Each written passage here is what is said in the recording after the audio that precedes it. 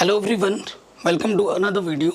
तो बच्चों, ये जो वीडियो है बहुत इंपॉर्टेंट है क्लास 12th के बच्चों के लिए, क्योंकि मैं आपको पता है क्लास 12th में दो बुक्स हैं, मैथ्स की दो बुक्स हैं, पार्ट 1 एंड पार्ट 2। अगर मुझसे पूछोगे कि सबसे देखो, हर चैप्टर तो वैसे इंपॉर्टेंट होता है, हर चैप्टर से हम सीखते हैं, लेकिन अगर स्कोरिंग पॉइंट ऑफ व्यू से अगर बात करें तो सेकेंड बुक से आपके ज़्यादा मैक्सिमम स्कोर आप करोगे।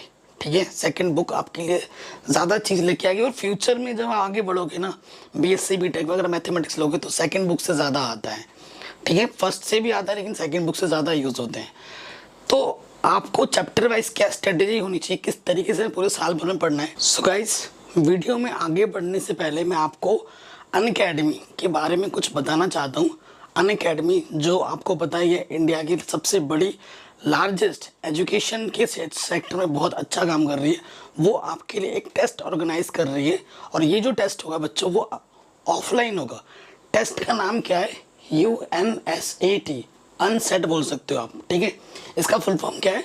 Unacademy national scholarship admission test. अब ये टेस्ट में आपको बेनिफिट्स क्या होंगे वो मैं आपको बताऊंगा। ये जो टेस्ट होगा वो ऑफलाइन होगा। किसके लिए होगा? IIT, JEE, नीट, UG और क्लास 9th एंड 10th वालों के लिए भी होगा। आप जिस क्लास में हैं आपके लिए उसी हिसाब से क्वेश्चन डिज़ाइन किए जाएंगे, उसी बेसिक्स पे ही क्वेश्चंस आएंगे, तो डरने वाली कोई बात नहीं है। क्लास 9 से आप पढ़ सकते हैं। क्या होगा बेटा? 40 सिटीज़, इंडिया के 40 सिटीज़ में ये ऑर्गेनाइज किया जा रहा है। हो सकता है जब आप फॉर्म फिलअप करो तो जो आपके नियर अबाउट सिटीज़ है वहाँ पे भी ये ऑर्गेनाइजेशन कर रहे हैं, तो वहाँ पे जाके आप एग्ज़ाम दे सकते हैं। बेनिफिट क्या है मैं बताऊंगा। देखो, जो इसका एडमिशन फीस है, ठीक है, वो सिर्फ और सिर्फ 200 रुपये है। और उसके साथ साथ जो जो आप एग्ज़ाम देने जाएंगे, जो जो फॉर्म फिल करेंगे, जैसे आप एग्ज़ाम देने जाओगे आपको अनअकैडमी की एक टी-शर्ट भी मिलेगी। भैया मार्केट में जाओगे तो एक टी-शर्ट आ जाती है 250, 400, 500 रुपये की। अनअकैडमी की इतनी मस्त टी-शर्ट भी आपको फ्री में मिलेगी। तो वो तो सब कुछ हो गया, आपको फ्री में अनअकैडमी का टी-शर्ट मिलेगा। और जो एग्ज़ाम है बेटा जून के 4 और 5 को होगा। अगर आप कैलेंडर खोल के देखोगे ना तो जून का जो 4 और 5 तारीख है वो सैटरडे और संडे है। तो जो आपका एग्ज़ाम होगा वो सैटरडे और संडे को होगा, कोई दिक्कत वाली बात नहीं है। देखो, up to 90% scholarship worth 150 crore, 150 crore से भी ज़्यादा की जो मनी है वो स्टूडेंट्स पे खर्च की जाएगी उनके स्कॉलरशिप पर। तो उसका फ़ायदा उठा सकते हैं आप। किन पर? Unacademy centres and online subscription पर। आप जो ऑनलाइन सब्सक्रिप्शन लेते हैं और अनअकैडमी के जो सेंटर्स होंगे वहाँ पर ये चीज़ आपको मिल पाएगी।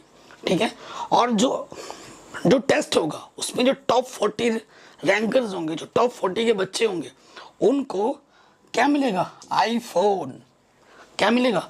आईफोन मिलेगा। आईफोन किसको पसंद नहीं है? और वो ऐसा वैसा आईफोन नहीं, जो सबसे बेस्ट आईफोन चल रहा होगा। अभी क्या चल रहा है? 13 Pro Max। तो आज वो मिल सकता है आपको आने वाले टाइम में, क्या पता और बढ़िया मिल जाए। और उसके साथ साथ test takers get an Unacademy T-shirt. मैंने क्या बोला बेटा? अनअकैडमी की टी-शर्ट भी आपको मिलेगी। एंड लास्ट डेट जो है रजिस्ट्रेशन का वो June 2 है। ठीक है, 3, 4 और 5 को तुम्हारा एग्ज़ाम है, तो June 2 हमारा रजिस्ट्रेशन है। तो बेटा इसकी लिंक्स मैंने डाल रखी है डिस्क्रिप्शन में, आप जाके डिस्क्रिप्शन ज़रूर चेक कर लेना। और अगर आपको 10% का डिस्काउंट चाहिए किसी भी सब्सक्रिप्शन में तो आप मेरा कोड यूज़ कर लेना, तारक, TARA के कैपिटल लेटर में। आपको 10% का डिस्काउंट मिल जाएगा। बिल्कुल मत भूलना, मेरा कोड यूज़ करना। ठीक है, उस पर आपको भी बेनिफिट मिलेगा, मुझे भी मिलेगा। तो ये चीज़ ज़रूर करनी है। एंड बेटा लास्ट डेट June 2 है। फीस जो है बेटा वो बहुत ही चीप है, 200 रुपये फीस है। आपको टी-शर्ट भी मिलेगा, इतनी फैसिलिटीज़ मिल रही हैं अनसेट में। तो एग्ज़ाम बिल्कुल देना, अपने आप को ज़रूर टेस्ट करना। आपको पता है मैं पढ़ा रहा हूँ, हिंदी मीडियम इंग्लिश मीडियम दोनों को पढ़ाता हूँ। मैं चैनल पे वीडियोस अपलोड है, रेगुलर वीडियोस अपलोड करता हूँ। तो अगर हम शुरू से स्ट्रेटेजी बना के चलेंगे, ठीक है, हमें पढ़ना तो है अभी सब कुछ, लेकिन हमें पता होना चाहिए कि क्या चीज़ आती है और क्या चीज़ नहीं आती है। एक स्मार्ट वर्क तरीके से भी अगर हम पढ़ते हुए चलेंगे तो हमें लास्ट में फ़ायदा ही मिलेगा। ठीक है, हमारा नॉलेज तो बढ़ ही रहा है, साथ ही साथ हमारा स्कोर भी 100 में से 100 होना चाहिए। तो उसी चीज़ को मैं आपको बताते हुए चलूँगा कि आपको किन टॉपिक्स पर ज़्यादा जोर लगाना है। और ये जो टॉपिक्स है इनसे 100% क्वेश्चन आता ही आता है। जो टॉपिक के क्वेश्चन नहीं आते वो मैं आपको नहीं करना है। कौन सा इंपॉर्टेंट है और कौन सा वेरी इंपॉर्टेंट है वो मैं आपको बताता हुआ चलूँगा। ठीक है, सबसे पहले अगर मैं बात करूँ चैप्टर नंबर 1 संबंध एवं फलन आपका चैप्टर है, रिलेशन एंड फंक्शन बोलते हैं। तो इसमें टॉपिक क्या है बेटा, संबंधों के प्रकार, फलनों के प्रकार, फलनों का संयोजन और द्विआधारित सक्रियाएं। ठीक है, इससे पहले क्या था, कोविड चल रहा था, लेकिन अब कोविड ऑलमोस्ट खत्म हो चुका है या फिर सबको वैक्सीन लग चुकी है, तो सिचुएशन अंडर कंट्रोल है। तो इस वजह से आपका 100% सिलेबस आएगा इस बार, तो हमारे यहाँ और मेहनत करना पड़ेगा। ठीक है, तो किसी चीज़ की कोई गुंजाइश नहीं है। संबंधों के प्रकार की बात करूं तो ये सबसे मोस्ट इंपॉर्टेंट टॉपिक है, इसमें से क्वेश्चन आएंगे ही आएंगे। संबंध कैसे कैसे, स्वतुल्य, सम्मित, संक्रामक चेक करने के लिए आ सकते हैं, या फिर तुल्यता संबंध। जब ये तीनों संबंध होते हैं तो तुल्यता संबंध क्या होता है, सारे चैप्टर्स मैंने कहा रखे, लिंक्स भी मैं डाल दूंगा डिस्क्रिप्शन पे, जरूर देखना। ठीक है, इसके तो आएंगे ही आएंगे। फलनों की प्रकार की बात करें तो 2 टाइप, फलन तो वैसे बहुत सारे प्रकार के होते हैं, लेकिन एग्जाम में जो आता है वो है 2 प्रकार, एकाकी और आच्छादक। एकाकी और आच्छादक, 1 एंड ऑन 2 फंक्शंस आएगा ही आएगा। उसके बाद फलनों का संयोजन अगर मैं बात करूं, व्युत्क्रमणीय फलन। व्युत्क्रमणीय फलन कब होगा, जब कोई फलन एकाकी और आच्छादक होता है, तभी उसका हम व्युत्क्रमणीय फलन निकाल सकते हैं। और इस पर तो उसी टॉपिक से ही लिंक करता है, ये टॉपिक और ये टॉपिक बिल्कुल सेम टू सेम बात करेगा। फिर द्विआधारित सक्रियाएं, बाइनरी ऑपरेशंस। ठीक है, बाइनरी ऑपरेशन जो एक्सरसाइज 1.4 है वो वाला। उसके बाद जो आता है ना गॉफ फॉक का क्वेश्चन 2 नंबर में आता है, जी ऑपरेशन एफ, एफ ऑपरेशन जी, ये चीज़ हो गई, इस पर प्रश्न आते ही आते हैं। और बाइनरी ऑपरेशन ज़रूर आता है। ठीक है, तो बाइनरी ऑपरेशन में आपका कॉम्पिटिटिविटी, एसोसिएटिविटी, इसके क्वेश्चन भी पूछे जाते हैं। फिर आपका टेबल बनाने के लिए आ जाता है, कंपोजिशन टेबल, है ना, ये सब पढ़ा रखा है मक्खन की तरह। एक बार मेरी वीडियोस देख लो, अगर आपको समझ में ना आया तो फिर बोलना मुझे। तो ये टॉपिक्स है बेटा, आप पूरा चैप्टर पढ़ोगे, लेकिन इन टॉपिक्स पे ज़्यादा जोर लगाना है, यहाँ से क्वेश्चन बनते ही बनते हैं। ठीक है, तो सबसे इंपॉर्टेंट टॉपिक था बेटा वो ये वाला था, पहला वाला। और ये फलनों का संयोजन, व्युत्क्रमणीय फलन। चैप्टर नंबर 2 बहुत आसान है, 2 क्वेश्चन आएगा यहाँ से। एक आएगा छोटे नंबर में 2 मार्क्स में, क्या, मुख्य मान निकालना, प्रिंसिपल वैल्यू पता करना। 2.1 का जो प्रश्नावली है वो हो गया, और 2.2 या फिर विविध प्रश्नावली से जो tan inverse x plus tan inverse y, sin inverse x plus cos inverse y, ऐसे जो फॉर्मूले पर आधारित प्रश्न है वहाँ से एक क्वेश्चन जरूर आएगा। तो 2 क्वेश्चन आते हैं। ठीक है, तो ये बहुत आसान चैप्टर है, आराम से हो जाएगा। 2.1 और 2.2 खत्म। अवयव की बात करूं तो जो टॉपिक बेटा है, बहुत सारे टॉपिक्स हैं, अवयव, अवयव के प्रकार। ठीक है, लेकिन जो एग्जाम में क्वेश्चन आता है वो अवयव, एक अवयव दे रखा होगा, आपको उसका इनवर्स निकालने के लिए बोलेगा, है ना, 1 की घात -1 जिसे बोलते हैं। तो अवयव पर सक्रिय, अवयव के जोड़ना, अवयव घटाने बहुत आसान है, कभी नहीं आता है एग्जाम में, आएगा भी तो 1 नंबर में। अवयव का परिवर्त, ट्रांसपोज ऑफ मैट्रिक्स बहुत कम आता है। सम्मित, ये बात थोड़ा इंपॉर्टेंट है, सम्मित और विषम सम्मित अवयव क्या होता है, किसी भी स्क्वायर मैट्रिक्स को सम्मित और विषम सम्मित अवयव के योगफल के रूप में लिखने के लिए आ जाता है कभी कभी, या फिर ये वाला तो हर बार आता है। ठीक है, प्रारंभिक रूपांतरण के द्वारा, ठीक है, ऑपरेशंस लगाकर आप किस तरीके से ए इनवर्स निकालते हो, हर बार आता है। ए इनवर्स निकालने के लिए कौन सा मेथड यूज करते हैं, ए इक्वल्स टू आई ए, ये वाला मेथड से क्वेश्चन आएगा ही आएगा, जिसे हम बोलते हैं इन्वर्टिबल मैट्रिसेस। ठीक है, तो ये टॉपिक है। अगर हम बात करें सारणिक बेटा, डिटर्मिनेंट्स, डिटर्मिनेंट चैप्टर बहुत आसान है। जब अवयव को संख्या के रूप में प्रदर्शित करते हैं तो उसे हम क्या बोलते हैं, सारणिक बोलते हैं। ठीक है, बहुत आसान होता है। सारणिक हमेशा आपका स्क्वायर मैट्रिक्स के फॉर्म में ही होता है, स्क्वायर होता है। सारणिक के गुणधर्म, ये जो टॉपिक है इससे 100% क्वेश्चन आएगा। सारणिक के जो 6 गुणधर्म है, ठीक है, 6 गुणधर्म पर आधारित प्रश्न आएंगे ही आएंगे, फुल गारंटी है। इस टॉपिक से क्वेश्चन जरूर आएगा 100%। ठीक है, उसके साथ साथ त्रिभुज का क्षेत्रफल बहुत आसान है, एक नज़र मार लेना क्या, हालांकि ये तो इम्पोर्टेंट नहीं है, ना के बराबर आता है, लेकिन बोर्ड का कोई भरोसा नहीं है, देख लेना। उपसारणिक और सहखंडज, ठीक है, अगर देखो, अगर आपको निकालना है ये वाला टॉपिक और ये वाला टॉपिक, इससे क्वेश्चन, अगर इससे क्वेश्चन आता है ए इनवर्स निकालने के लिए, देखो डिटरमिनेंट जो सेकंड जो ये बोला मैंने, इस पर भी ए इनवर्स निकल सकता है। ए इनवर्स बराबर क्या होता है, एडजॉइंट अपॉन मॉड है। तो एडजॉइंट ए अपॉन मॉड है, अगर यहाँ से इनवर्स निकालने के लिए आ रहा है तो वहाँ से नहीं आएगा, अगर वहाँ से आ गया तो यहाँ से नहीं आएगा। अब मैं एक चीज़ बता रहा हूँ, अगर ये वाला आ रहा है, और ये वाला तो हर साल आता है, सारणिक और अवयव के अनुप्रयोग, एक्स वाई जेड में 3 समीकरण दे रखा होगा और आपको एक्स वाई जेड के मान निकालने के लिए बोलेंगे। प्रश्नावली 4.6 का क्वेश्चन है, हर साल आता है, कोई भी बोर्ड का पेपर उठा के देख लो, हर साल आएगा, ये तो हर साल आता है। और ये चीज़ निकालने के लिए ये चीज़ आपको पता होनी चाहिए, उपसारणिक, ठीक है ना, एडजॉइंट वगैरह, तो ये सब तो पढ़ा ही रखा है, बहुत आसान है। तो जो चैप्टर में बता रहा हूँ, इजी चैप्टर्स जो है बेटा, दूसरा, तीसरा, चौथा, ये एकदम इजी चैप्टर्स में है।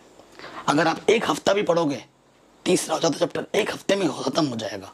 अगर आपने शुरू से कुछ भी नहीं पढ़ा है, एक हफ्ते में ख़त्म करके पूरा चैप्टर आप आराम से बना सकते हो। तीसरा और चौथा इतना आसान चैप्टर है, वन ऑफ द सबसे आसान चैप्टर में आता है। फिर यह है बेटा सात्यंत और अवकलनीयता, कैलकुलस पोर्शन है, ठीक है। देखो ये सात्यंत वाला जो चैप्टर है, और उसके बाद बेटा समाकलन जो चैप्टर है, इसमें 11 प्रश्नावली है, आपका टाइम बहुत लेगा। जो 7वां चैप्टर है जो सेकंड बुक में है ना, आपका टाइम बहुत लेगा, लेकिन क्वेश्चन एग्जाम में कितना आएगा, 1, वो भी 3 नंबर का। लेकिन आप कहोगे सिर्फ 3 नंबर के लिए हमें इतना पढ़ना पड़ेगा, इतने सारे मेथड्स याद रखने पड़ेंगे, मैं कहूँगा हाँ, क्योंकि वो चैप्टर 7 पढ़ोगे तो 8 आएगा, और 7वां और 8 चैप्टर इतना ज़रूरी है, ये चैप्टर इतना ज़रूरी है कि आप फ्यूचर में जब आप गणित लोगे बीएससी बीटेक में, तो यहीं से अलग अलग बुक्स बनेंगे। अगर यहाँ कमज़ोर हो गए तो वहाँ फिर लटक गए, समझ रहे हो। और ये चीज़ आगे भी चलेगी तो बहुत ज़रूरी है। ठीक, सात्यंत कंटिन्यूटी, कोई फलन सतत है या नहीं है, किस फलन पर यह असतत होगा, 1 नंबर या 2 नंबर में क्वेश्चन आ सकता है। अवकलनीयता, अवकलनीयता डिफरेंशिएबिलिटी, एफ डैश एक्स बराबर क्या होता है, limit S tends to 0 F X, ये वाला जो क्वेश्चन होता है ना, यहाँ से एक आ सकता है, इन दोनों में से एक जरूर आएगा, या तो ये आएगा या फिर ये आएगा। और ये बेटा होता है, ये सारे जो टॉपिक्स हैं, ये सारे टॉपिक अवकलज के हैं। अवकलज आपने कक्षा 11 में पढ़ा होगा, चैप्टर नंबर 13, उसी को थोड़ा आगे पढ़ाया गया है। ये सारा अवकलज का टॉपिक है, और अवकलज करने के लिए तो आएगा ही आएगा। उसके बाद यहाँ आता है बेटा मध्यमान प्रमेय। मध्यमान प्रमेय का जैसे रूलेस का प्रमेय, ठीक है, लैग्रेंज का प्रमेय, यहाँ से क्वेश्चन जरूर आता है। पिछले 2-3 सालों से नहीं आ रहा था, लेकिन इस बार कोविड का हटा दिया गया है, पूरा 100% सिलेबस आ रहा है, तो इस वजह से इम्पोर्टेंट है, आएगा ही आएगा।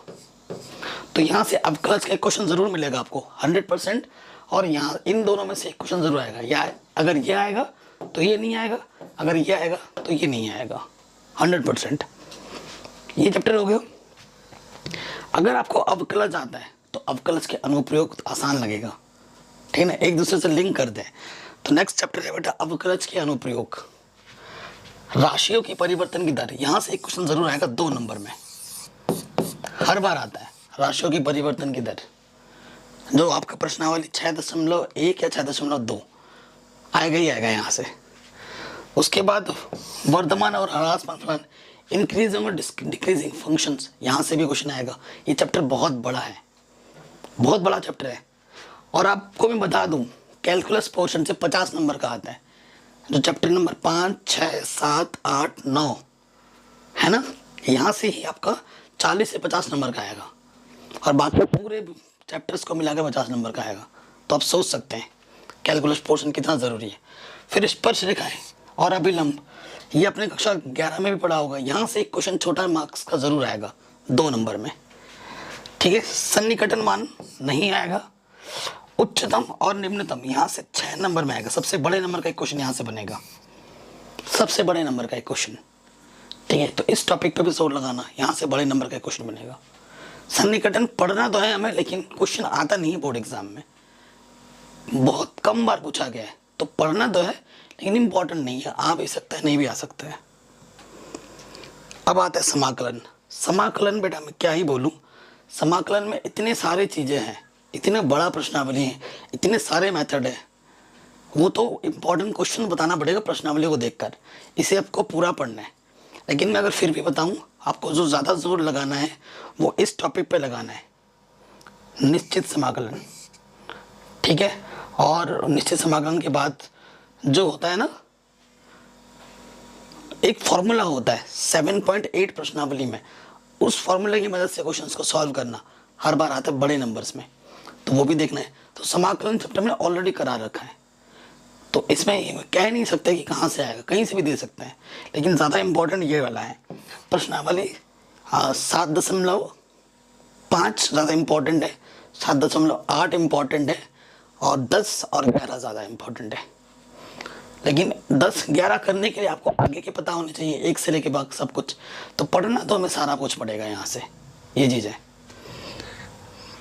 ठीक है, समाकलन के अनुप्रयोग, अगर आपको समाकलन आता है तो ये चैप्टर बहुत आसान है भाई, बहुत आसान चैप्टर है। और यहाँ से एक क्वेश्चन 4 नंबर या फिर 6 नंबर में, बड़े नंबर में आता है यहाँ से क्वेश्चन, और बहुत आसान है। एक क्वेश्चन 100% आएगा बड़े नंबर में इस चैप्टर से। ठीक है, एक ही क्वेश्चन आएगा, और 2 प्रश्नावली हैं, 8.1, 8.2 और फिर विविध प्रश्नावली ज़रूर आएगा। तो लेकिन जो टॉपिक इम्पोर्टेंट है ये वाला यहाँ से ज़्यादा आता है, 2 वक्रों के मध्यवर्ती क्षेत्र का क्षेत्रफल, ये वाला टॉपिक ज़्यादा इम्पोर्टेंट है, 8.2 ज़्यादा इम्पोर्टेंट है। फिर अवकलज समीकरण, अवकलज समीकरण में एक क्वेश्चन 1 नंबर का आता है, कोटि निकालना, घात निकालना। ठीक है, कि इस एक अवकल समीकरण दे रखा होगा, उसकी कोटि क्या है, उसकी घात क्या है, वो निकालने के लिए आएगा। ठीक है, तो अवकल समीकरण से क्या बनाना बेटा, डिफरेंशियल इक्वेशन बनाना, ये टॉपिक पे प्रश्न आता है। और अवकल समीकरण को हल करने की कई सारी विधियाँ हैं। ठीक है, समघातीय है, फिर क्या है, लीनियर इक्वेशंस हैं, तो अलग अलग टाइप के क्वेश्चंस हैं। 9.4 प्रश्नावली, 9.5 प्रश्नावली, 9.6, ये ज़्यादा इंपॉर्टेंट है, यहाँ से क्वेश्चन आते ही आते हैं। और होमोजेनियस जो इक्वेशन है ना बेटा, समघातीय, हर बार आता है। जो रैखिक समीकरण वाला है हर बार आता है।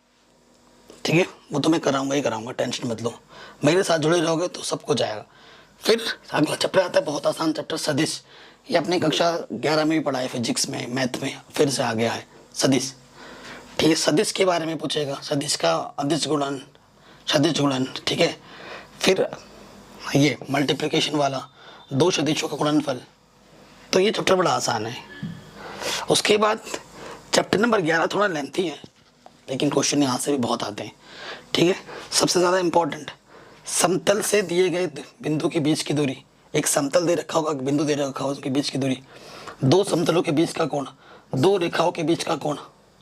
ठीक है, ये समतल वाला पार्ट हुआ। अब यहाँ पर देखो, रेखा का समीकरण।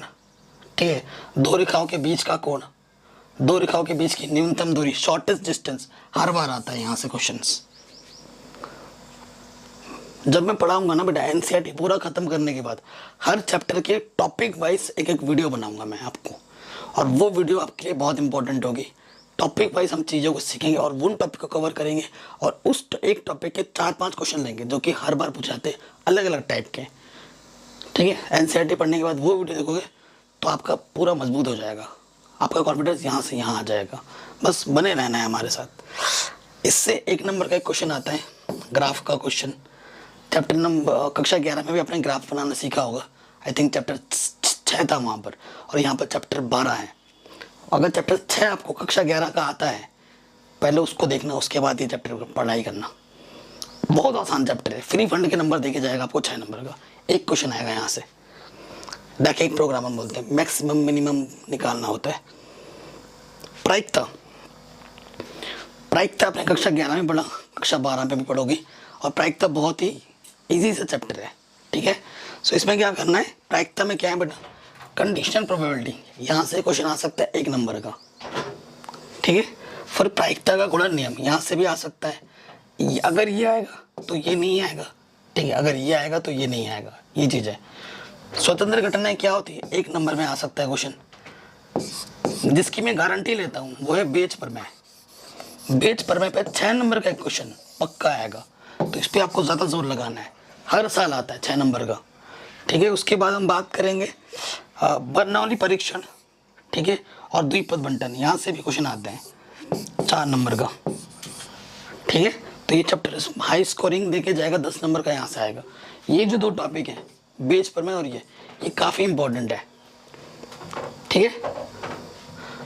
और मैंने जो लिंक्स डाल रखे डिस्क्रिप्शन पे उसको बेटा एक बार ज़रूर चेक कर लेना, ठीक है। एंड 1 से लेकर 13 चैप्टर ही हैं और मैंने सारे चैप्टर पढ़ा रखे हैं ऑलरेडी, और जो नहीं पढ़ा है वो मैं पढ़ा रहा हूँ। तो चैनल पे बने रहो, अगर चैनल पे नए हो बेटा सब्सक्राइब करो, और जो मैंने बोला है बेटा अनअकैडमी टेस्ट के बारे में तो उसे ज़रूर देना, लिंक्स मैंने डाल रखे डिस्क्रिप्शन पे। मिलते हैं नेक्स्ट वीडियो में, तब तक अपना ख्याल रखो। जय हिंद।